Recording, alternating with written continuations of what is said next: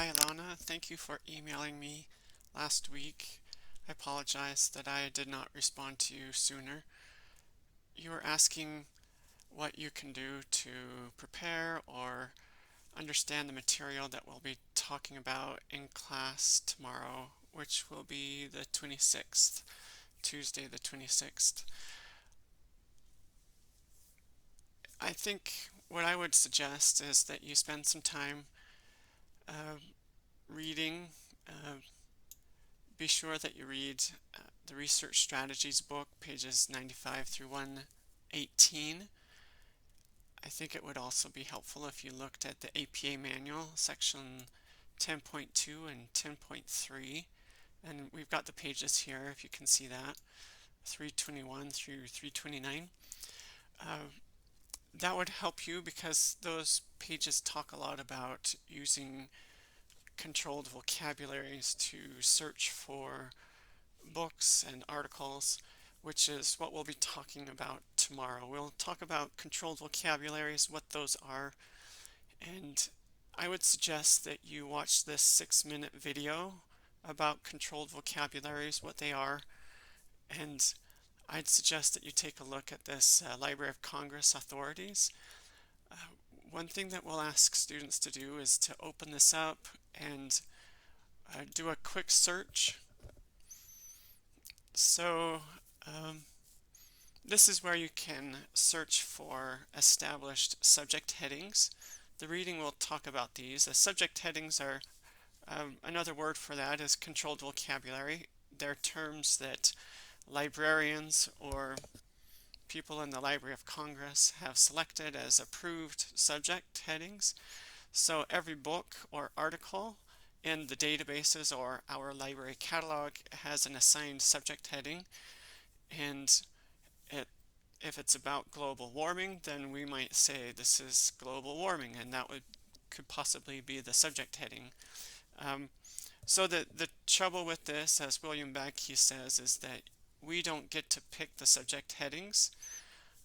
We can pick our keywords, but we have to learn what the subject headings are in order to use those. So this authority heading search helps us to search for those subject headings.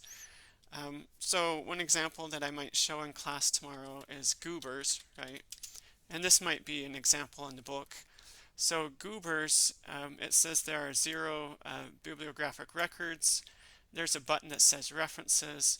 Um, so uh, I always thought goobers was a name that you call a younger sibling who's a goofball or something, I guess. But if you click this references button here, you can see that it says see peanuts. So the approved subject heading for goobers is peanuts.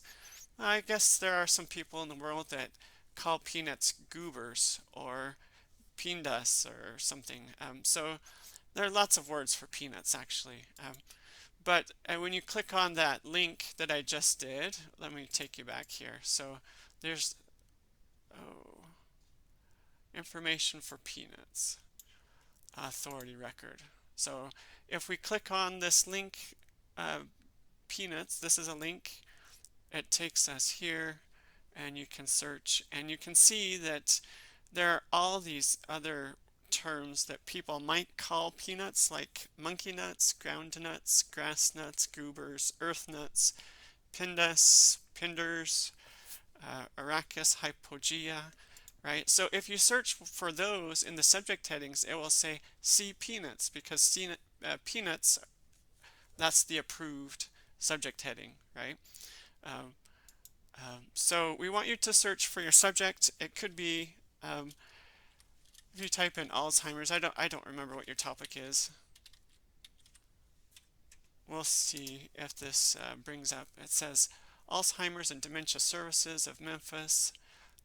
Here's the Alzheimer's. Looks like it's the medical subject heading. So that probably would work. Let's see. Alzheimer's. I think the correct term would probably be Alzheimer's disease, right? So you might have to do disease or disorder. Alzheimer's disease. Yeah, so this is the accepted subject heading. and you click on it, and you can see, yes, this is the correct subject heading. When you go into the library catalog, and let's take a quick look. I'm sorry, this video might not be as short as I had thought it would be, but so you can, if you do a keyword on goobers, well, let's do a keyword on peanuts. It's possible that you could find lots of records that talk about peanuts, the actual food, right? But you'll also see quite a number of different things. So this is Working for Peanuts. This is not a book about peanuts. It's a kid's book in our juvenile collection, a storybook, right? And this is Love is Like Peanuts. It's another kid's book, right? And you keep going through here and you see Peanuts, the comic strip by Charles Schulz, right? So that's not about the food that we eat, it's a comic strip. So, um, so if we search for, well, before we leave, you can see that we have 146 results. A keyword search will give you lots of results, but the results might not be very relevant. So in our course here, one thing we'll talk about in class, we want you to look at this handout that I created a few years ago. It will talk about the terms precision and recall. Let's see if I can make this larger. So precision is, it's a question about how many of your search results are relevant. So subject heading searches, they have a higher percentage of relevant results, because if you search for peanuts as a subject heading, you'll find just articles or books about peanuts, the product of food, right? Recall, a keyword search might have a high number of results. That's recall is how many results do you get. So a keyword search has high recall, lots of results, and a subject heading search has low recall, that means fewer results, but a higher precision, that's a higher percentage of relevant results, right?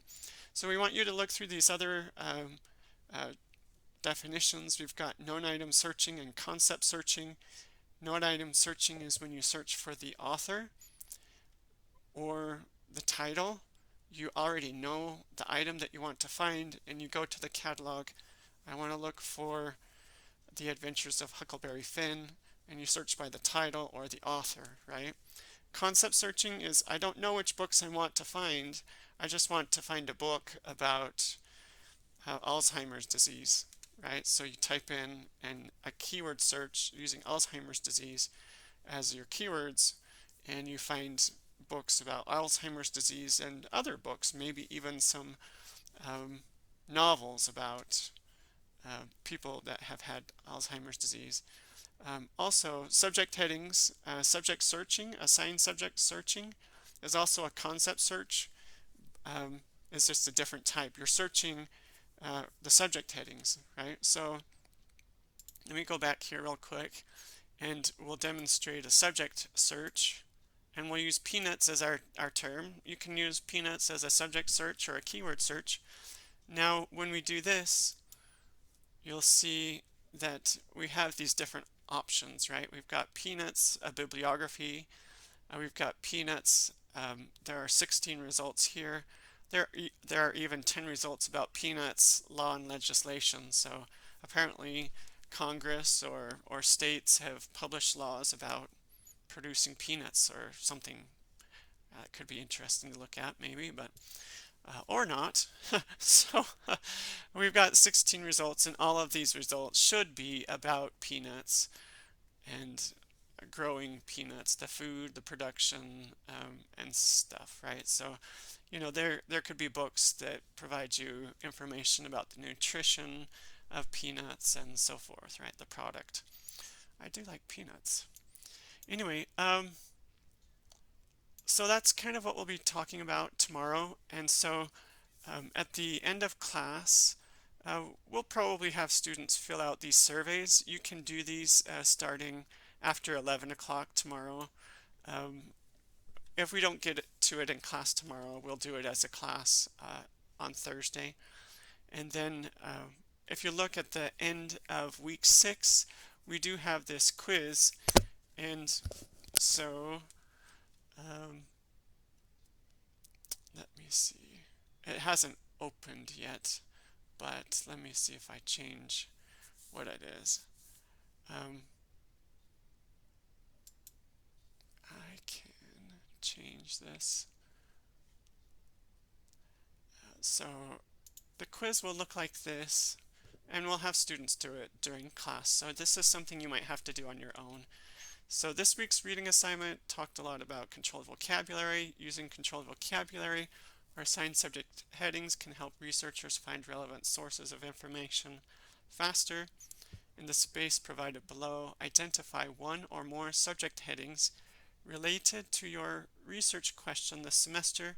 In complete sentences, tell us how you found your subject headings. So one of the things I'll show is, I guess I'll just keep with the Alzheimer's, right? Alzheimer. So yeah, the Alzheimer's disease is a subject heading. If you did a subject search, you could say, I went to the catalog, I did a subject search, I used the keyword Alzheimer with the asterisk, and I found a subject heading that said Alzheimer, what was it? Alzheimer's disease, Alzheimer disease, no apostrophe S, right? Alzheimer disease. And that is the approved subject heading, and I found 18 results, and there was even a book that looked pretty relevant that was less than 10 years old. That was only 6 or 7 years old. It was an ebook, right? So tell us in complete sentences how you searched. Another way to do that is if you want to do a keyword search, you could use the same search, right? Now you get 622, right? And if you want to limit like we've done in the past, or maybe you click on this government document and you can see that these are the subject headings, and so you're like, oh wow, so you click on it, these are hyperlinks, and you can see cognitive disorders Arizona, right? That's two. Oh, I thought one of them was Alzheimer's disease. Oh, let me click on this top one here, Alzheimer's disease Arizona. So there are lots of different subject headings that are kind of specific, but if you page through the results, you can get back to Alzheimer's disease, which Alzheimer without the apostrophe, and that might be one of the better ones to use, unless you're looking at Alzheimer's disease and nursing. You know, how do you care for patients with Alzheimer's disease as a nurse, right? So that these could be useful results possibly. Anyway, I feel like I've given you an idea of what we'll be doing in class tomorrow. If you have other questions, feel free to email me. I hope this video was useful, and I hope you take care in whatever you're doing tomorrow, and we'll see you in class hopefully on Thursday. Have a good day. Goodbye.